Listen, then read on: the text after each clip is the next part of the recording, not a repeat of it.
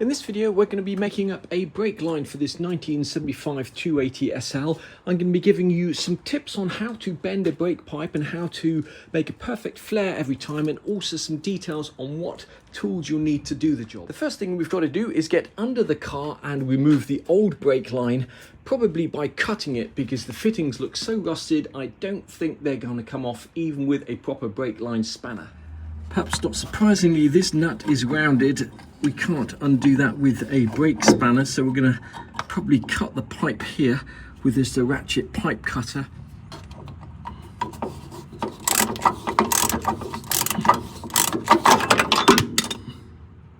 Here is the old brake line here, which we had to take the wheel off and unscrew at the caliper to get off. This fitting here is not coming out in my lifetime. It's in there solid. So we had to cut the brake line here. So the first thing we need to do is decide what material to use for our brake line. These days, most people use something called conifer, which is a 9010 copper nickel material. And that does not rust. It's nice and soft, easy to bend and easy to flare. The only thing I would say is that if you go along to eBay or Amazon and buy this from an unknown source, you may well get something that is not conifer, and when you put a magnet on it like that, you'll find it's magnetic, which means it's just basically steel that's been coated with something. As I say, conifer is not magnetic. The other alternative is to get some steel brake line. This is actually a piece of brake line that I bought for another project. This is a genuine Mercedes brake line here, and you will see that that is steel and it is magnetic. We're going to be using this conifer here. Now, if you were doing a long brake line, such as the rear brake lines, you can get special tools that you run this curled wire through and it comes out completely straight. We're not going to bother with that. We're just going to unravel this very carefully, just enough to make up this short front brake line here. We're also going to be replacing the actual brake line, so we've got two brand new Phoebe front brake lines here. That's the part number there. We'll also be adding on one of these rubber grommets here, and these are Mercedes part number 00199714181.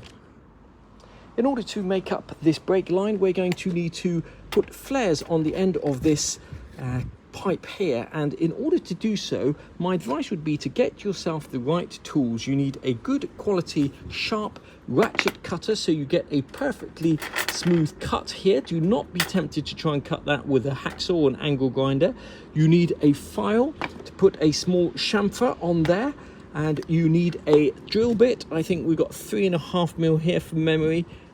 Drill bit to put an internal 3.5mm to put an internal chamfer on there, and then you need a good pipe flaring tool and some special punch grease.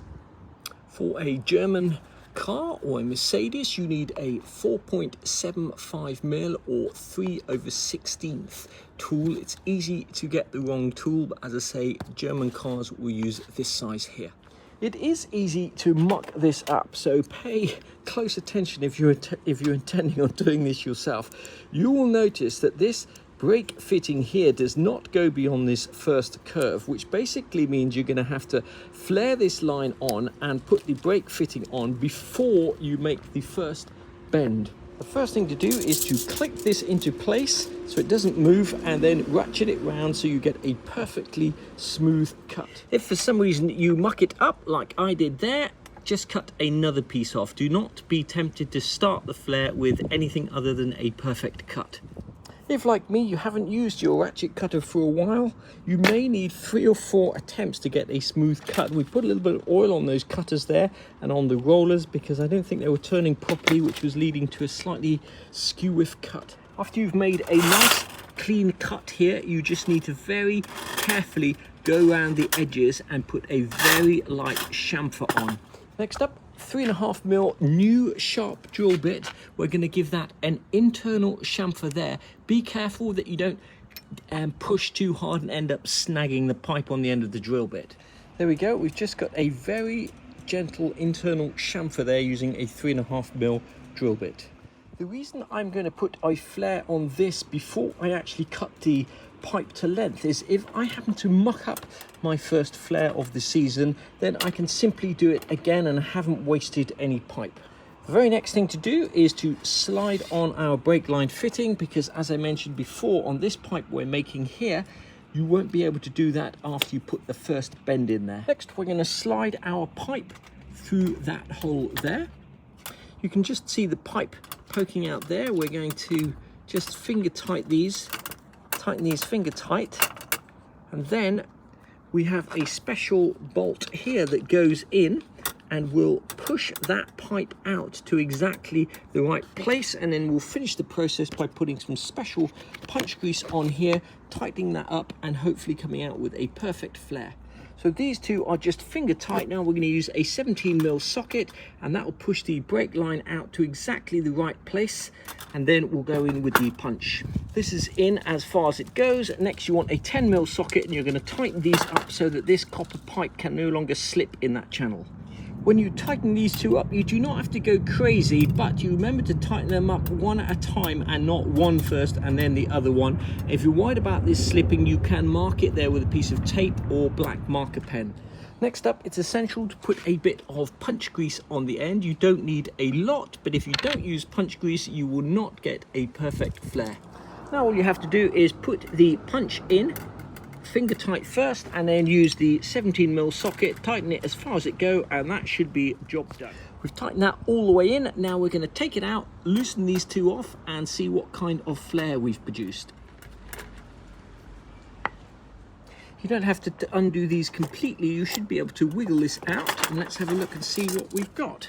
Would be a lot easier if I remembered a camera tripod, though I say so myself, that looks pretty much like a perfect flare. When it comes to putting these bends in, we're going to use a variety of different things. The first bend, we'll just use this drill here, and then we may use a tin of paint or something for these bends, and the sharper bends here we'll use a socket. So that first bend there is done just using the end of the drill. For the second bend, we're going to use something like this big jam jar here, part of our smoke machine, and that gives us almost a perfect bend there. For the third bend, we're going to use this socket here. The secret to doing this is not to rush it and to set yourself up so that you can get perfect bends every time. The next thing we're going to do is this one here, which will require a smaller socket. We are almost there. That last bend now angles up, and we've just got to compensate for this last bit of brake line here that we had to cut, and obviously the bit that's screwed into the pipe. We're just test fitting this pipe here. This looks to be perfectly bent that way. Let's have a quick look under the car, and that's looking pretty good. We did cut that pipe slightly long. We've cut this pipe to length. Now it's really important that you remember to put the rubber gasket on there, the rubber grommet on the right way round, and that you remember to put the other fitting on before you flare the line. I have to say I'm not 100% happy with the cut that we made on that pipe there. It doesn't look to be straight, and what will happen probably when we come to flare it is you won't get a perfect flare, but worst case scenario, we just have to do the whole thing again.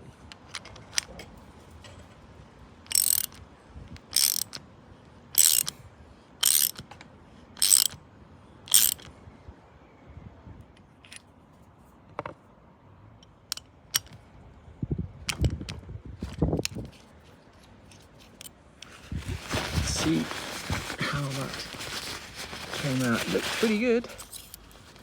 Yeah, perfect. I was a bit worried about that, but in actual fact that has turned out nigh perfect.